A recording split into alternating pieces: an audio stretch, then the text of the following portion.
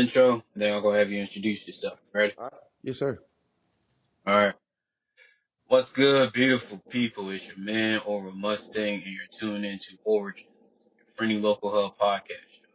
Today we got an epic interview lineup that's going to light your world on fire. We're diving deep into the heart of music, culture, and creativity, with guests who's about to drop some serious knowledge, promoting their own work and other amazing underground artists, spanning genres from rock to hip hop and beyond. Get ready to vibe with us because we're about to bring the energy, celebrate excellence in the soul of music. Get hype. It's about to go down. Go ahead. Go ahead and introduce yourself.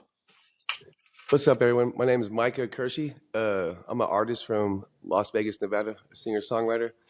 I'm currently in California, and yeah.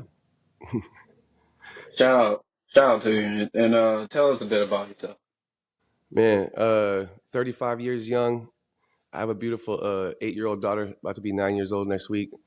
That's why I'm out here in California, to be closer to her. Prior to this, the past 9 months prior to this, I was touring around the East Coast, just doing music and doing something that I started called the Passion Project.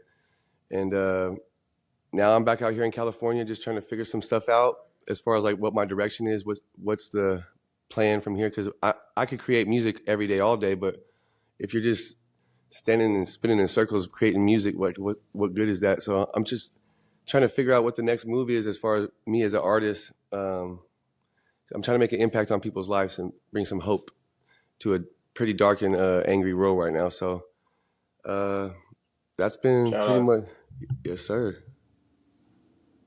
And what you was about to finish off with?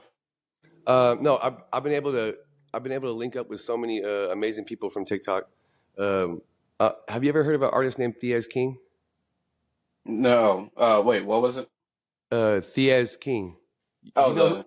I just found them out. The song that you sent me. What was it? I'll be Uh, okay. yes. So he's one of my really good friends, and we actually have a whole album uh, finished. Like, we're about to go record the actual album, but we have every song done. It's 12 songs. It's called Preach Volume One, and it's going to be 3 4 song EPs that equal one album and tell a complete story. But we're working on that right now. He just got featured in Dax's remix of God's Eyes, and Oh shit. was on that music video with him. And so it really helped blow up that "I'll Be Okay" video. That's my first time ever having 27,000 views on a music video. So he's pretty awesome. Congratulations. Thank you, man. And shout out to them. Yeah, shout out Thiaz King for real. And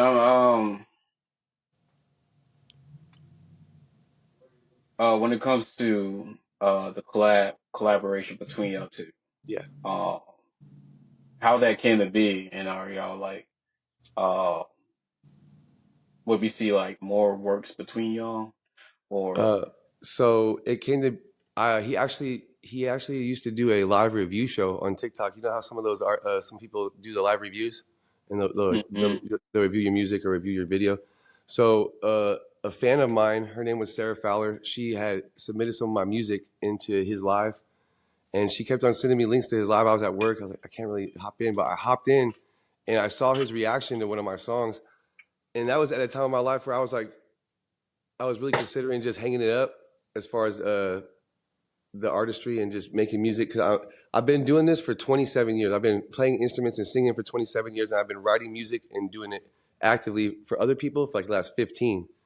mm, Behind the scenes, just to name a couple of people: Big and Rich, Keith Urban, Big and Rich, Chance the Rapper, Pharrell, Mims, NF, and a few others that I've been on different writing teams writing for these other artists. And about 4 or 5 years ago, I decided that I wanted to tell my own story. But mm, in doing so, I stopped writing commercial music and started writing just what I felt from my heart. And a lot of people aren't ready to have those conversations that I'm talking about. I'm talking about addiction. I'm talking about depression and the suicidal thoughts, or all the stuff that we go through as humans on that emotional spectrum. I started speaking on it mm, in my music, from the struggle, from prostitution to homelessness to sexual abuse to. I started talking about all those things in my stuff in my music, and after 5 years of pushing that, and I have a good fan base, but it's like in order to pop off on the internet, you got to be doing something sexual or like something that promotes violence. To be honest, Mm-hmm. it doesn't feel like any of these algorithms are really pushing positivity unless you pay for it. So Mm-hmm. I was at the time of my life where I was like, you know what? I'm always going to play music. I'm always going to write music. 'Cause that's, no matter what, I've always done it. I played college football. There's other things that I've been identified as besides a musician my whole life, but music has always been there every day. I played guitar, piano, bass, drums. I play instruments every day. I write songs every day. So I came to a spot where I'm like, you know what? I'm cool. I'm cool on this. I don't really. Most people want to do music to get famous, and what is fame to me is attention. It's the cutting the lines. It's the getting the girl. It's the having a validation and stuff like that. I don't really seek any of that. So I do seek a bigger stage. I seek a way to be able to reach more people, but I don't seek fame because in my head I've been famous since I played college football at University of Arkansas. Like the people looking at me, admiring me, letting me cut the lines, paying for my stuff. I've already experienced that, and I was doing music for a much deeper purpose. So I was really trying to find, I guess, a balance of how I can make songs that are still commercial, but at the same time not stray too far away from who I felt I was as an artist and a person.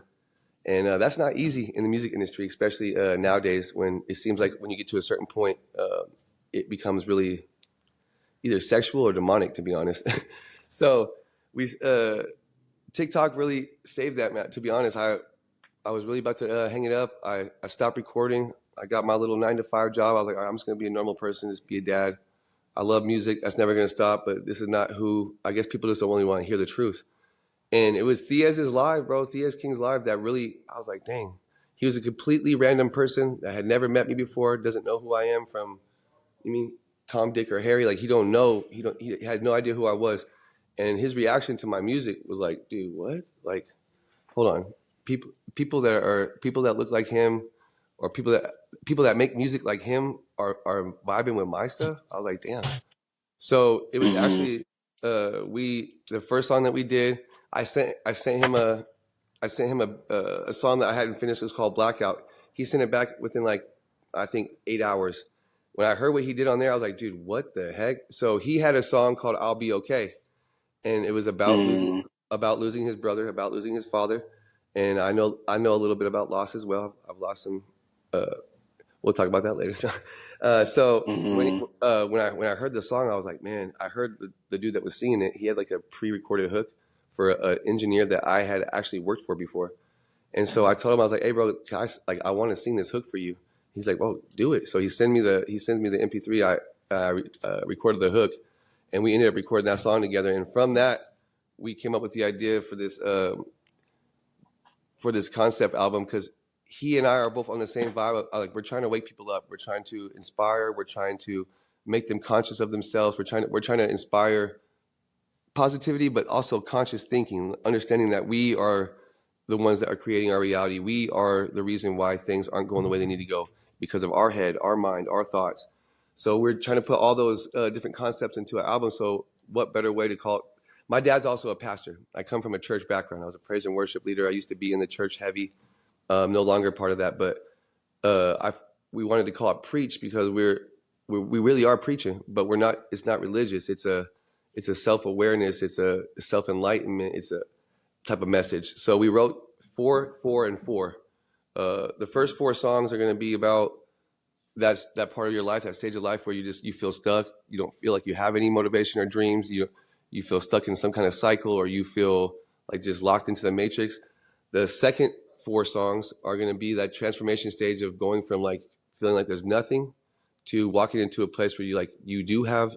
Now you're asking questions. You're starting to see that there's more to life than what's been told. And Mm-hmm. you're in a place where you might have actually start having some dreams, or you might have some goals. And then the third four songs are going to be about from a mindset of like walking in the knowing of who you are, that transcendence of figuring out who you really are, what you're here for, what your purpose is, a purpose-driven life. So it's gonna get more and more powerful as you go through the songs. And those last four, we're hoping that really make an impact on some people. Well, all 12, but we really hope that they're gonna make some impact on people's lives.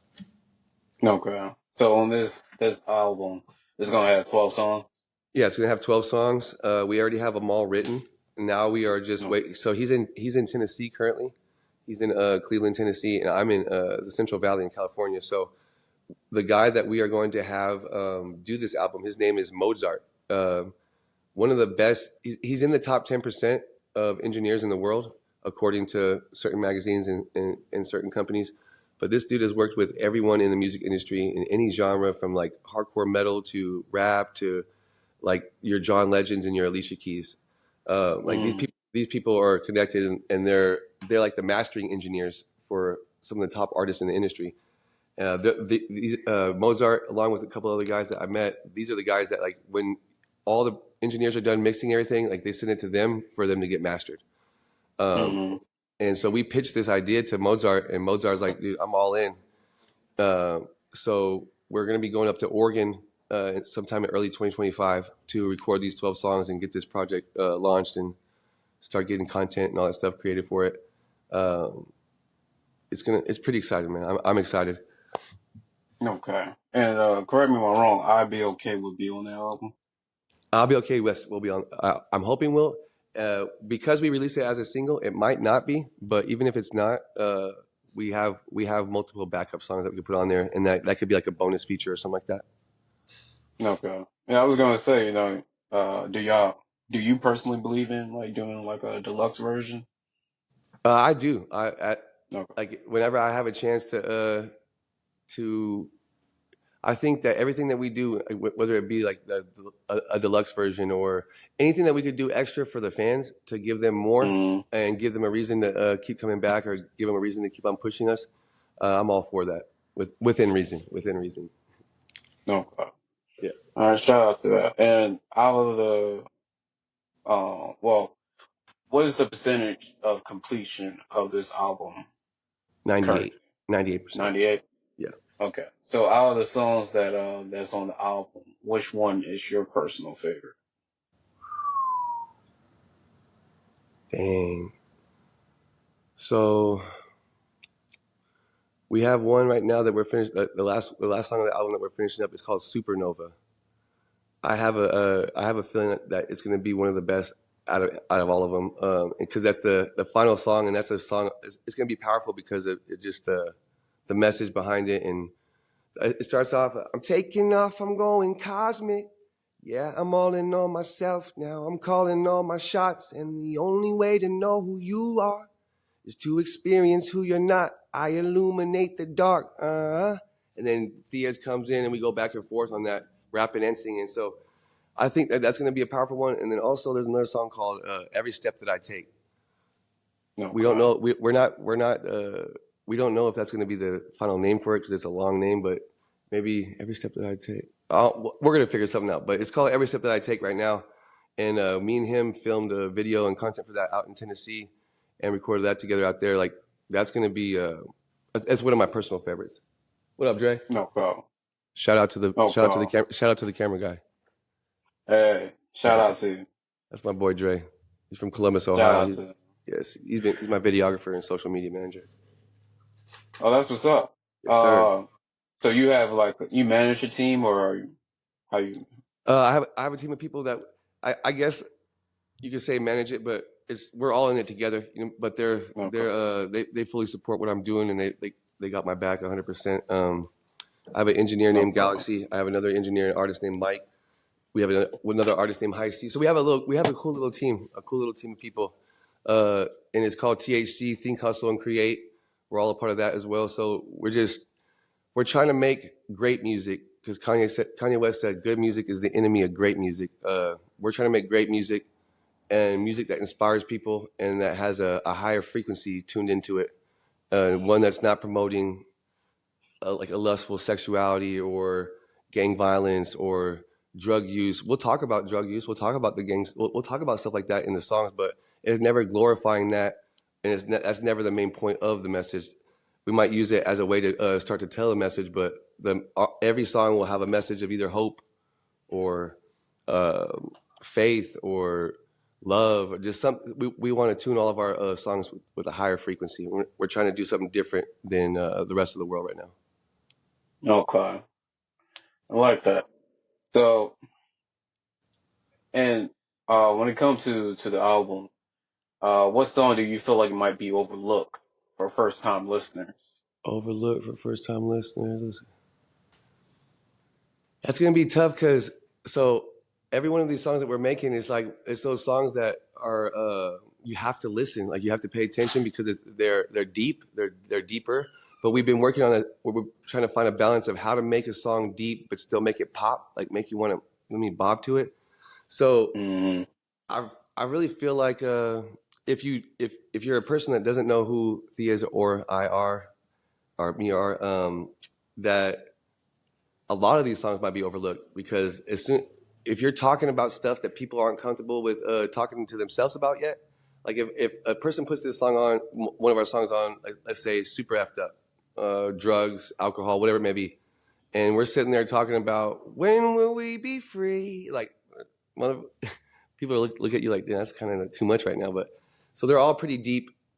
I think that what will get overlooked is those last four songs. If anything gets overlooked, it's going to be the last four because there's not a lot of people that are going to be able to relate to walking in the knowing of who you are because a lot of people haven't even started that journey yet spiritually or emotionally to really know who they are or walk in that.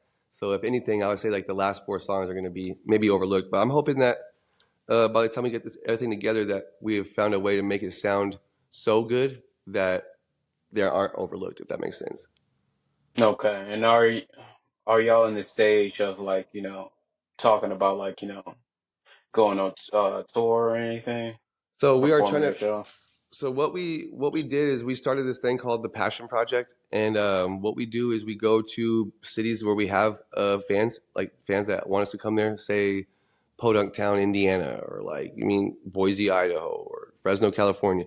So we'll go to these cities, and prior to going to those cities, we will, well, me and my team will get a hold of the local food trucks, barbershops, local restaurants, grocery stores, the Rosses, the Didi's, the Burlington Coat Factories, like all these different places that do donations.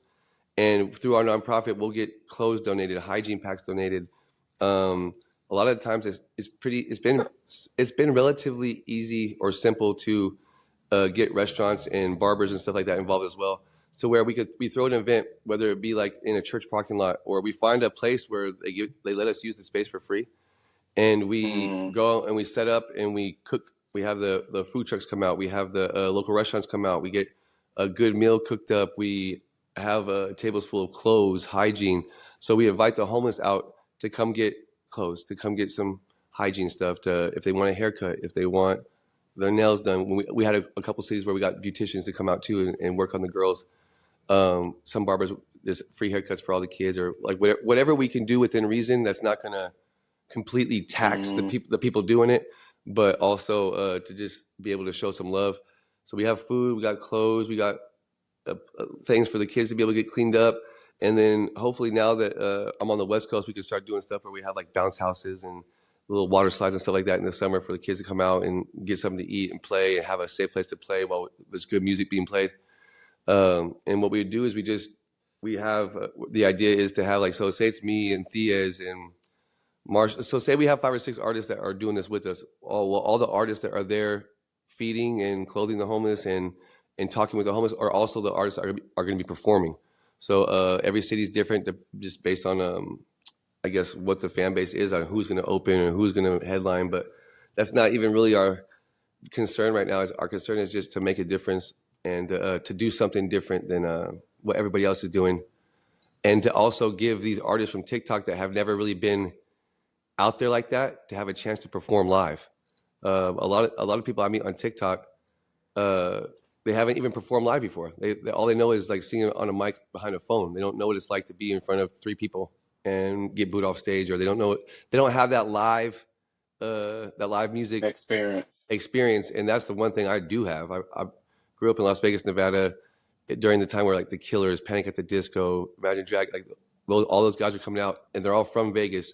So I'm playing in battle of bands versus these guys. We're playing at coffee shops with these dudes. Like I I played in front of one person. I played in front of no people. I played in front of thousands of people, and a lot of people don't get that chance. So we created Passion Project as a vehicle to try and give independent artists opportunity to still get that live experience and play live music and build their fan base organically without ads and money and stuff like that. And but then also to make a difference. So we are planning that as far as like a tour, like because neither of us are really looking to be signed by a label. I'm part of Selfmade. Selfmade is Thea's thing, and so that's definitely in the talks and in the works as far as maybe just me and him and going city to city and doing like Preach Volume 1. We are definitely in talks about that and trying to figure it out. But the passion project and being able to go feed and clothe the homeless and play some shows, that is still very much alive. And this is all within the passion project. So our album has nothing to do with the passion project, but Thea's and No, I'm I. just talking about the part you was talking about going on tour. Yeah. So the tour part is gonna be passion project oriented. So we're gonna play our songs. We're gonna do shows and stuff like that. But it's gonna be more. The goal is to reach people, to feed the homeless, to show our music to people that have never heard it before, and give people an opportunity to feel kind of just like normal for a little bit, eat something, get cleaned up, and be in a good Oh, headspace. Yeah. shout out to you. And how long are y'all planning on, keeping this in motion with this passion project? The passion project is something that I started personally. That's as long as I have breath in my lungs. That's going to be something that I'm going to be doing. I'm not trying to be. My dad was a minister. I come from a long line of generations of ministers. I'm Okay. not trying to follow that path. I don't believe that in this day and age that people that are actually needing help are even going to come to church to get it, because the church has been so just the name of the church and religion in a whole has just it's lost its touch. It's become a complete business, and it has gone away from what it was, I feel, originally created to do. So I'm not trying to be a pastor. I'm not trying to be behind a pulpit. I'm not trying to push no religious preference. I'm trying to push love, because I believe that at the end of the day, if we believe in God, quote unquote, God is love to me. That's what I was always told as a former Christian, that God is love. So if God is love and love is unconditional, then why are we having religion that has all these conditions and limits that tell you, like, if you don't do this, you're going to go to hell? Like, it doesn't make. So I am trying to make a difference and really be an activist when it comes to this enlightenment or consciousness. We all need to wake up and realize that we have a lot more to do with what we ourselves have a lot more to do with what's going on in our lives than we give credit for. A lot of people blame, well, my job this, or my boss that, or my spouse this, or my kids are this, but really it all has to do with our mindset and where our thoughts are and how we're talking and what we're doing that attracts all those things into our life. So we're just trying to show people that they can live a more free, more stress-free life if they choose so, but it has to be done within them. They can't be waiting for anybody else to do it or look for anyone else to take the first step. If they don't actively try to be the change they want to see, it's never going to happen. And so that's No problem. My yes, sir. last question was to the passion project. Are you looking for any, volunteers, any, support within that field? Most definitely. So when we first launched a little, we had a little test run when I was in Tennessee with Thea's, and we posted some videos. We made a passion project TikTok and got some cool traction. I think it was like 44 different states had responded. Come out here. We want you out here. Come to this city. Come to this city. So we definitely are looking for volunteers or people that want to be a part of it, artists as well as non-artists, people that want to be a part of the team of people that call these places, that get the donations, that help set up the events. Definitely Okay. looking for any type of volunteers or any type of people that want to be involved. Okay. Including artists or not including artists? Artists and Uh, non-artists, yes, sir. okay. Especially Shout out artists to you. that have a message, or anyone that has a message that's trying to say something or trying to do something. we applaud that because in this day and age, if you're on a label or if you're in the industry, you're pushing one narrative and one agenda. So Okay. we're trying to do something different. Okay.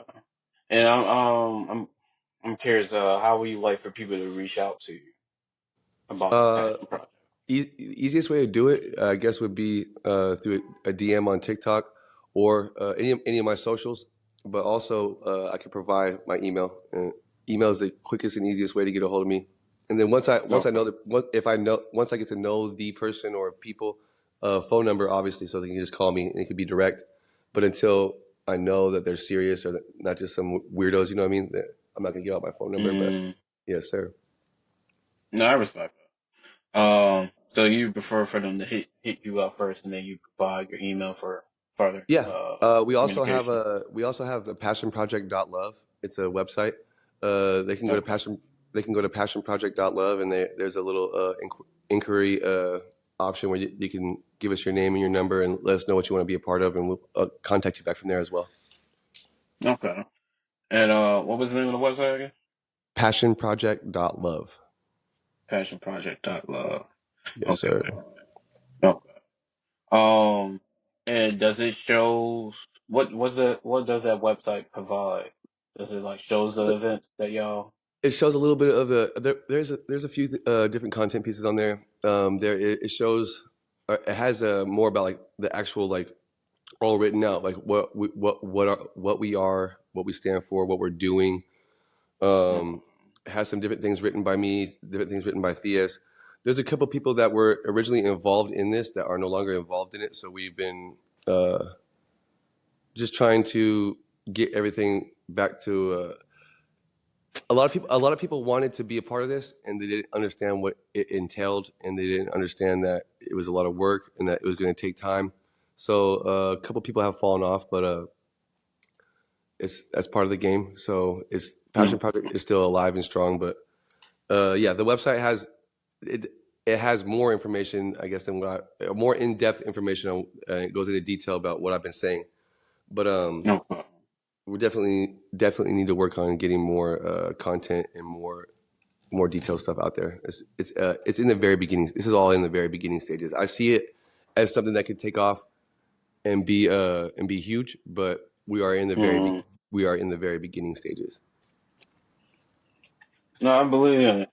I'm a businessman myself, so I can see the vision for it. Especially for other like-minded souls. Uh, it seems like you're willing to put on a show for people just to enjoy, like back in hip what was it, the '70s with the hipsies and all that shit, Yeah, the like that's hipsters. Yeah. yeah, that's low key. And not only that, it's like back in the day too. Like we'll go back like Ray Charles era. Like what the way that these people all got really big or noticed was because they're playing at a club 4 nights a week, or they're playing at a lounge, and they're playing shows here. Yeah, they were out doing live music. The Elvises, the Johnny Cashes, the Buddy Hollies. These are all guys that were out there getting it, and that's how they got their fan base. That's why Elvis was so big. That's why Johnny Cash was so huge. Buddy Holly. These people had a huge following prior to them ever recording even their first album because they were playing shows 4 nights a week somewhere. And I feel like the live music aspect has been so forgotten about because everyone can get behind a camera and make it sound really good with some tools or with some programs that they can buy. But what about the raw vocal, the raw you know what I'm talking about? Like as far as like a live, Mm. just that live music feel. There's nothing like listening to a great band live. It really isn't. It's unmatched. Take that head off. Oh, there we go. No, I agree with you.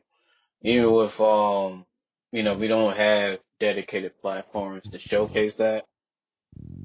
Um,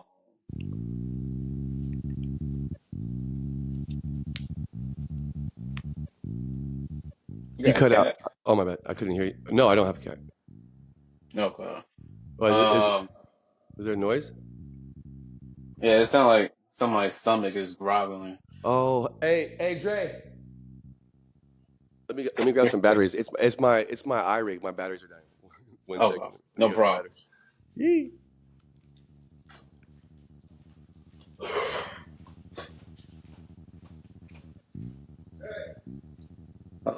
Letting me.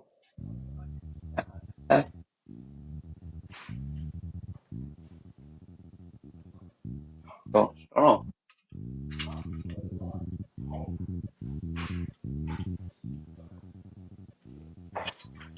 How long were you knocking for?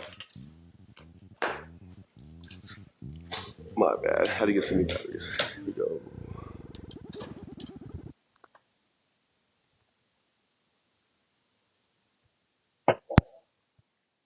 No problem. There we go. I had to change the batteries. There we go. All right, bet. Bring it back to the podcast. Yeah. Just hearing your passion for it and everything. I do definitely agree with you. And I don't think anybody remember uh you know that experience necessarily. Um, we are in a different time period. Like for example, like people don't find new music on the radio station. So, people depending on apps, Yeah. find new music. Like you said, the whole algorithm. Uh, if it's not supporting the vision that they pushing or agenda, your content is not going to get seen. Dealing with those different challenges and stuff. Yes. But I will say, like, showcasing, like, behind the scenes and what it takes, to get to that. Um, even having like more people spreading that message for you.